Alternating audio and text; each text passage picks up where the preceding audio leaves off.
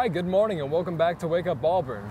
Yes, it's just me and Liam today. Charles C. was sick, so she could not make it, but we are back here on Sanford Lawn with some very nice weather. The disturbing case of famous Hollywood producer Harvey Weinstein continues to grow as more accusers come out. In recent developments, new accusers, including the likes of Cara Delevingne and Lynette Anthony, have stepped forward. 16 named women claim to be victims, with several more choosing to remain anonymous. At least 5 have reported rape. In other places online, users of websites such as Twitter, YouTube, and Reddit have been uncovering instances where Weinstein's behavior has been brought up before in the past, as well as the trending hashtag #MeToo, where sexual abuse victims have been allowed to tell their stories online. Tragedy unfolded this Saturday evening at the local Brewster's ice cream shop when a young child slipped into one of the grease traps on the property. A short investigation indicates that this was an accident that occurred while the child was playing with their siblings and no foul play is suspected. At this time, please keep the family in your thoughts. This past weekend, Auburn suffered a historic loss in Death Valley in a match against LSU. Despite maintaining a strong start for most of the game with roughly a 20-point lead, LSU unfortunately caught up in the last quarter to take the win. The loss is leaving many Auburn fans with uncertain feelings towards the rest of the season. Auburn and LSU both maintain a 5-2 record for the season as of this weekend, creating a fierce battle for the higher rank in the SEC ranks. Staying right here in Auburn, an Auburn resident has combined history and art to create a brand new coloring book. Featuring the 67 counties of Alabama, author Laura Murray's book, Amazing Alabama, a coloring book journey through our 67 counties, will have an illustration of each individual county's iconic and lesser-known sites with a descriptive text describing each illustration. Christy, what are you going to be coloring first? Well, I'm definitely going to be coloring in Auburn, in Lee County, and it would definitely be pink. Pink? Speaking of pink, we're both wearing pink because this morning we are recognizing October as Breast Cancer Awareness Month, and later on, after the break, I'll be sitting down with a very special guest to talk about an event that the campus is having to honor Breast Cancer Awareness Month as well. All right. This is a place where it only takes a second to imagine your future. Grasp a new concept in class. Inspire a child's curiosity. Discover a real-world solution. Seize an unexpected opportunity. There goes Davis! This is where you gain the preparation, confidence, and determination to succeed. This is Auburn.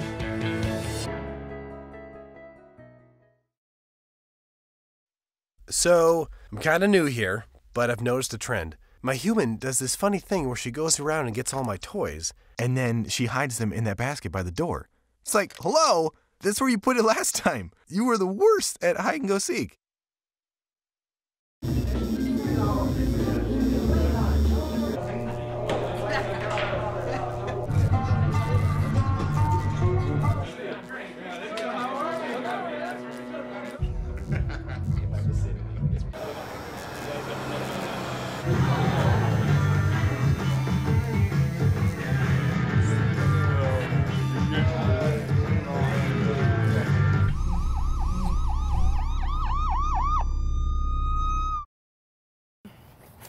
Welcome back to Wake Up Auburn. As we stated before the break, October is Breast Cancer Awareness Month, and I am joined this morning by breast cancer survivor and advocate, Miss Flora Moss. Thank you for being here with us this morning. So just diving into the questions, what made you discover that you initially had breast cancer? You know how you do your self-mammograms? Yes. Well, I sort of felt a lump. And so I went to my gynecologist because at that point they were doing the mammograms.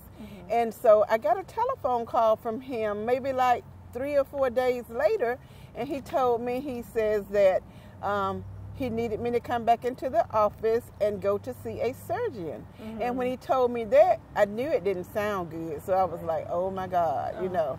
And so when I went in, he talked to me briefly about what the situation was, and then I went to speak to my surgeon, and he told me what was actually going on.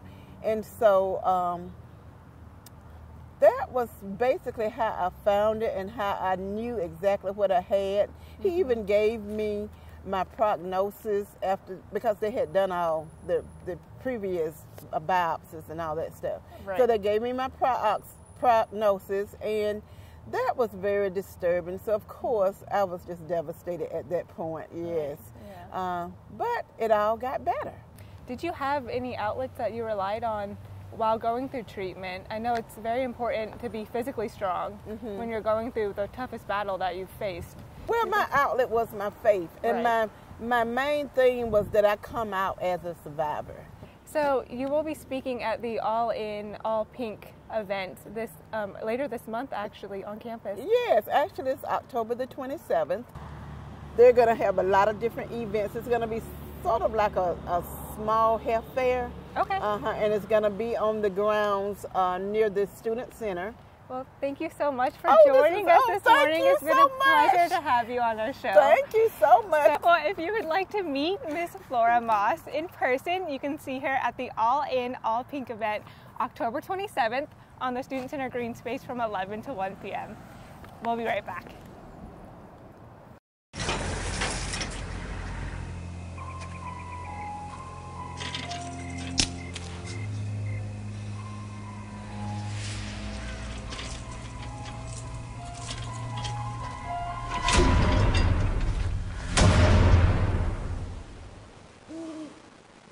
If you don't fix them, sparks from dragging tow chains could cause a wildfire, and that could be scary.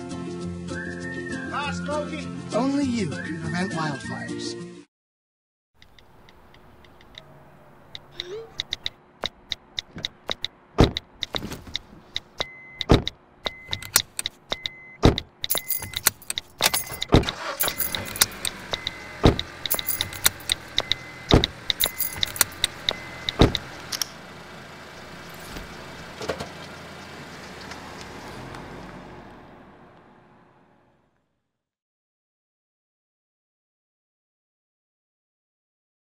See on page 4 that the projections need to be tornado next Thursday. Seriously? Thursday?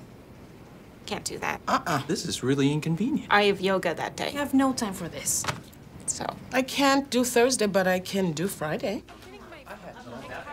Disasters don't plan ahead. You can. Talk to your loved ones about how you're going to be ready in an emergency. Don't wait. Communicate. All right, so welcome back. So as you guys know, here at Wake Up Auburn, we like to celebrate our holidays, and today just so happens to be not just National Cupcake Day, but National Chocolate Cupcake Day. A little history for you.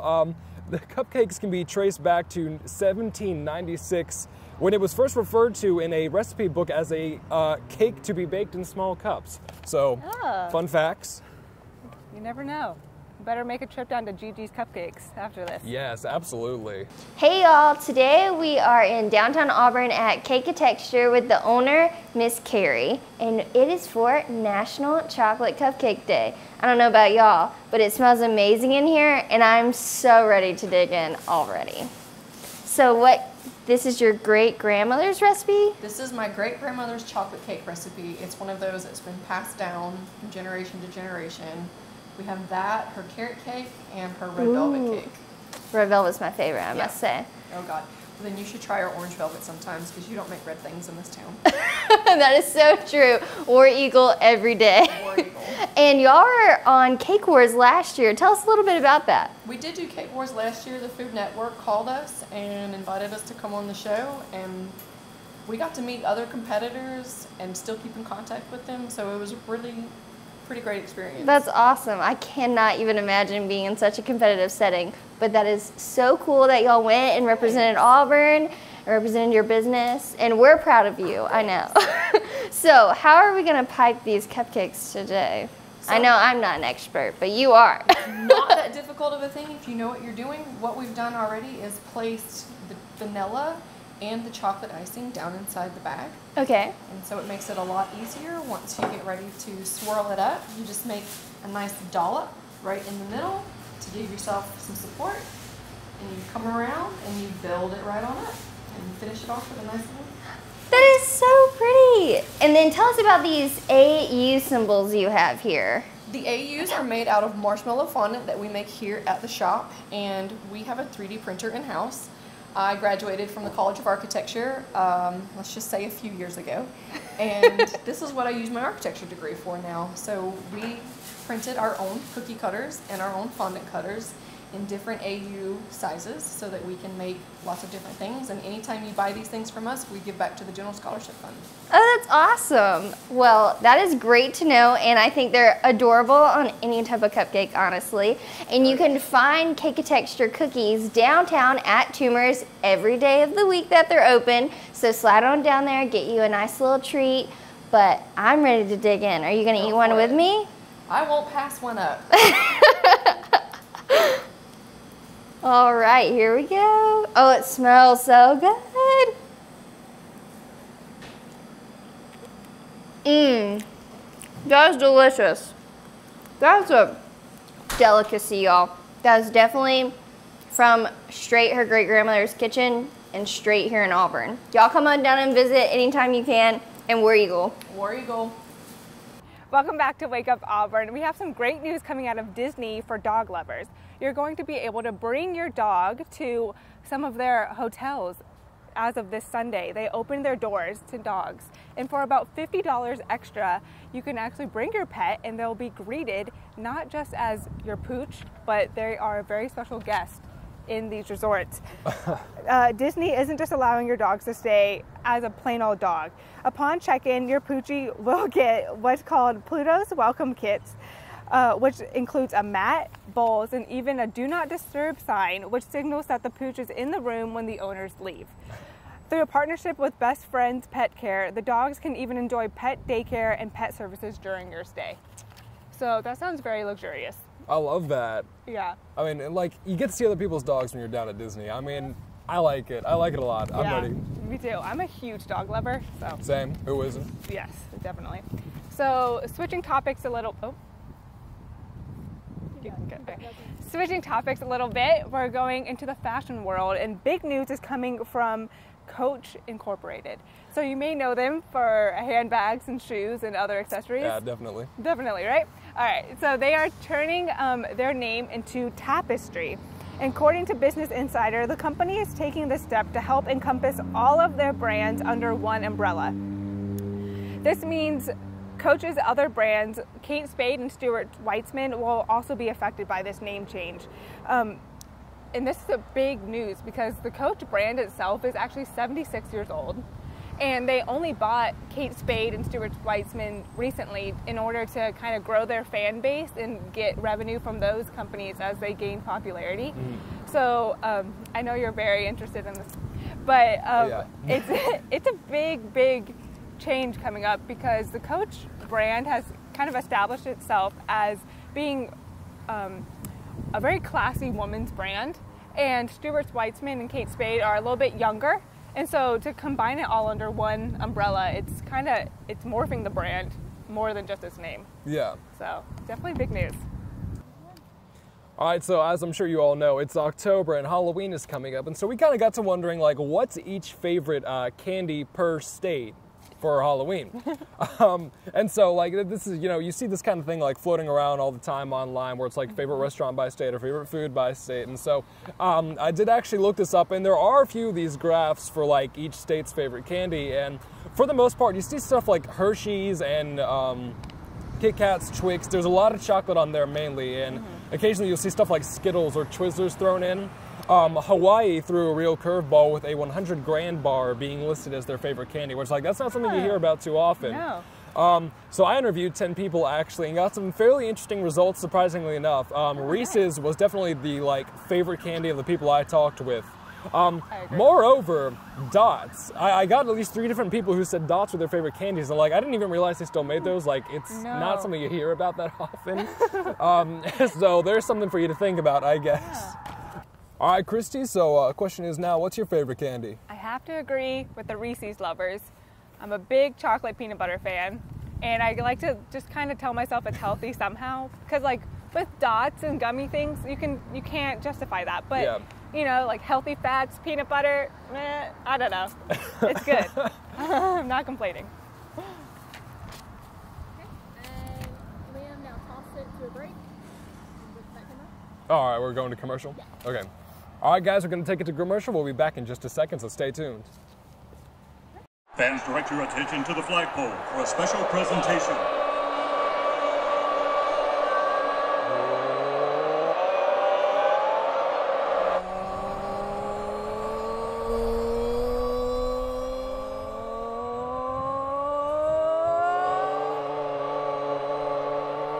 you never really leave Auburn. Because Auburn never leaves you.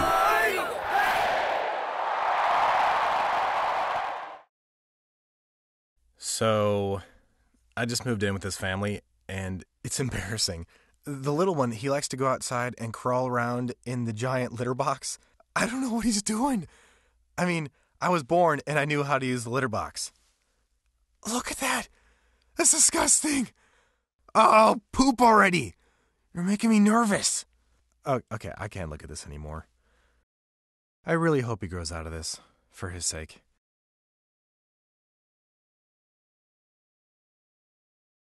I hope that you've been able to learn a strong work ethic surrounded by character, integrity, perseverance, so that when your 1 second comes, you'll be prepared for it.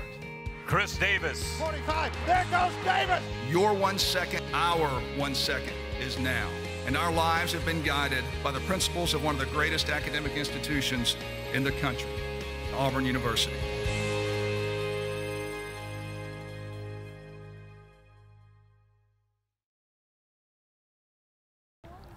Okay, so I'm sure we all remember the famous dress debate of 2015 that took the internet by storm for a hot minute. Was the dress white and gold, blue and black? I mean, who knows, man? In the meantime, the argument has resurfaced from the depths of the internet, but it's not a dress anymore. It is a lone picture of a single tennis shoe. And people are asking, is it pink and white or gray and teal? And personally, I see gray and teal, and I see pink and white. Yeah. I don't know, but you said this one might be edited to play tricks I think, with you. like, the argument that was made about the dress is that it was like this weird perfect storm of like being just the perfect incidence of like lighting and image compression, whereas the shoe is like intentionally edited to mimic the way the dress was. And so I think the shoe, it turns out, is originally actually pink and white. It is intentionally just tweaked perfectly so that some people might see teal and gray instead. So that's what some people are saying. I'm not actually sure about the validity of that, but that's what the rumors are indicating. Yeah. Well, personally, I saw a pink body, white little detail. So I don't know if it is edited. They didn't fool me. But maybe there's something deeper, and that's actually, it's just like the dress again. It's the lighting. But I don't know. Or maybe you just have better eyes than I do. I don't know. I definitely saw teal and gray. I don't know. All right, go ahead and say something about you can check out, you can cash what you see in a poll on Eagle Eye Auburn. Okay. So what do you see? Do you see pink and white or teal and gray like Liam? So you can actually cast your vote on eagleeyetv.com. Eagle Eye Auburn. Ah, God. Okay. So what do you see? Do you see pink and white or teal and gray? You can cast your vote on eagleeyeauburn.com. And Liam, close this out. Alrighty. And look at this. Are we good to go? Yep. Okay. All right, that's all we're going to have for this week. We're going to catch you guys next Wednesday morning back here on Sanford Lawn, so tune in then.